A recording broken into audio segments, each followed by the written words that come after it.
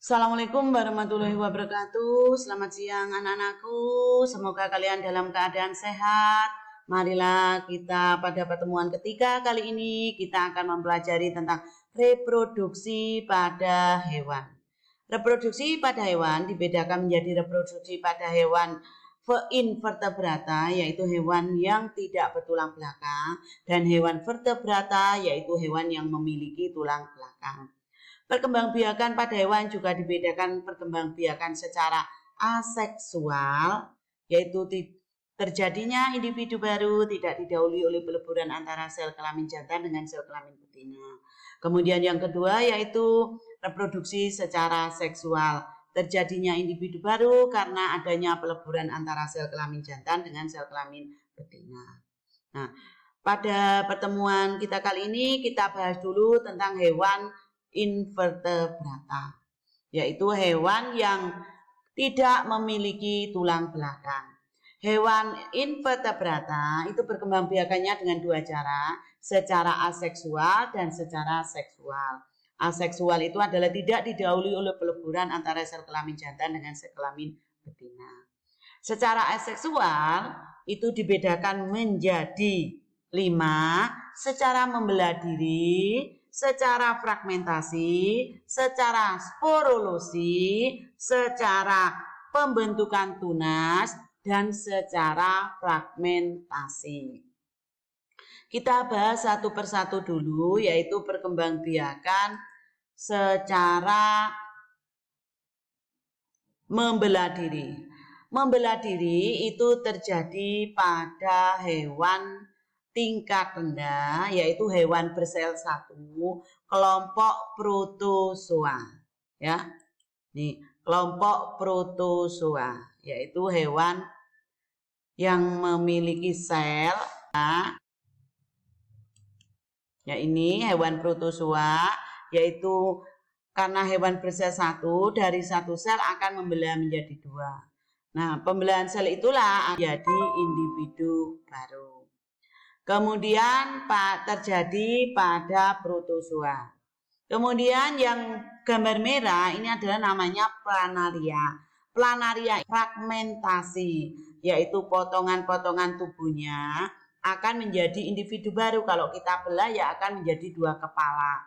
Kalau kita potong menjadi dua ya akan menjadi dua individu baru. Badannya akan membentuk ekor, ekornya akan membentuk kepala. Kemudian kalau kita potong 3 bagian, kepala akan membentuk badan dan ekor, badan akan membentuk kepala dan ekor, kemudian ekor akan membentuk badan dan kepala. Ini adalah secara fragmentasi terjadi pada planaria. Kemudian yang kedua yaitu perkembangbiakan secara sporolosi atau pembentukan spora, ya. Pembentukan spora. Ini terjadi pada plasmodium atau nyamuk yang menyebabkan malaria. Jadi sporolosi ini yaitu pembentukan spora akan mengalami fase oosit. Dari oosit akan berkembang menjadi sporosit. Nah, sporozoid itulah nanti akan berkembang menjadi nyamuk dewasa. Kemudian yang ketiga yaitu pembentukan tunas. Pembentukan tunas terjadi pada hidra. Hidra itu bisa dikelompokkan ke dalam hewan, juga bisa dikelompokkan ke dalam tumbuhan. Dikelompokkan ke dalam hewan karena hidra berkembang biak secara seksual, dikelompokkan ke dalam tumbuhan karena berkembang biak dengan tunas. Nah, ini adalah hidra dan porifera yang perkembangbiakannya adalah membentuk tunas. Potongan atau tunasnya nanti akan membelah, kemudian akan menjadi individu baru. Kemudian yang ketiga adalah secara regenerasi. Regenerasi ini adalah potongan-potongan tubuhnya akan menghasilkan individu baru. Contohnya adalah pada bintang laut.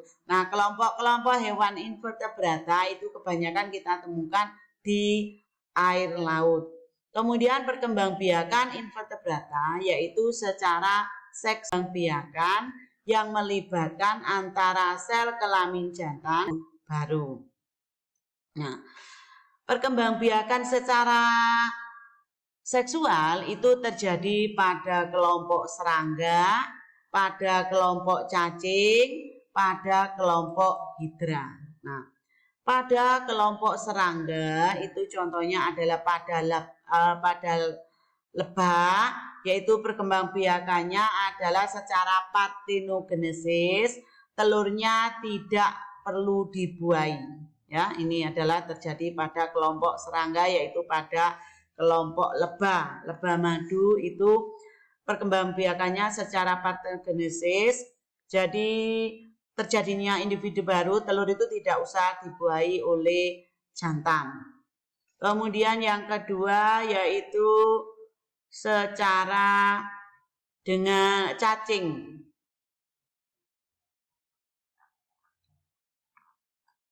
Yaitu pada cacing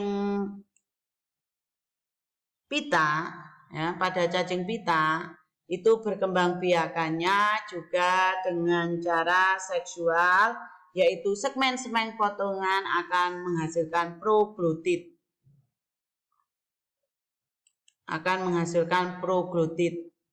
Cacing pita. Segmen-segmennya atau buku-bukunya ini akan menghasilkan proglotid. Nah, proglotid inilah yang nantinya akan menghasilkan sel telur dan sel sperma. Kemudian hewan cacing pita ini berkembangbiakannya dengan secara proglotid. Kemudian akan berkembang menjadi zigot setelah terjadi pertemuan. Setelah masak sel telur dan sel sperma, kemudian akan menjadi zigot berkembang menjadi embrio, kemudian menjadi cacing dewasa. Kemudian cacing tanah. Pada perkembangbiakan cacing tanah, yaitu perkembangbiakannya juga terdapat segmen-segmen tubuhnya akan menghasilkan perkawinan silang. Nah, perkawinan silang kemudian pada cacing tanah ini adalah hermafrodit. Satu tubuhnya terdiri antara ada sel telur dan sel sperma, ya. Nah, ini. Nah, spermatozoid dan ovarinya membentuk ovum. Walaupun ovum dan sperma terdapat dalam satu tubuh, maka pada cacing tanah ini perkembangbiakannya adalah secara silang. Kemudian selanjutnya yaitu parthenogenesis pada lebah.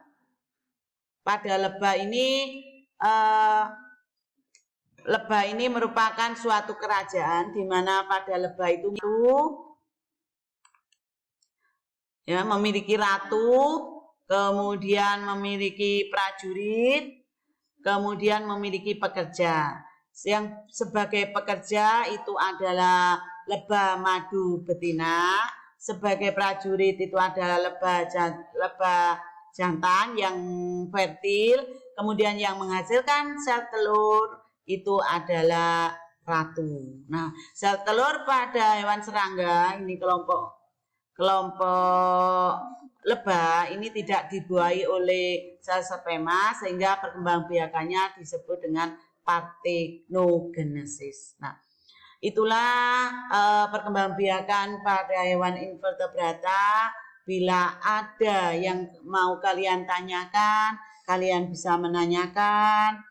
Kalau ingin jelas, kalian baca pada buku paket dan pada buku LKS. Ya, perkembangbiakan pada hewan, reproduksi pada hewan itu dibedakan menjadi dua, secara seksual dan secara aseksual. Kemudian hewan yang kita pelajari itu adalah hewan vertebrata dan hewan invertebrata. Itulah pembelajaran kita hari ini. Selanjutnya kalian pahami materi perkembangbiakan pada hewan invertebrata. Bila kalian kurang jelas, kalian bisa bertanya.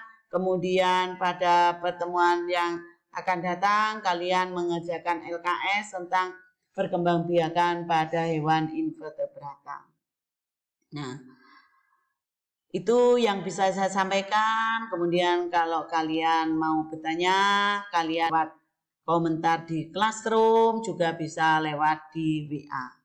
Terima kasih. Wassalamualaikum warahmatullahi wabarakatuh. Selamat belajar. Semoga sukses. Jangan malas membaca, karena membaca itu adalah ilmu yang sangat bermanfaat untuk menuntut kalian menuju masa depan yang lebih baik.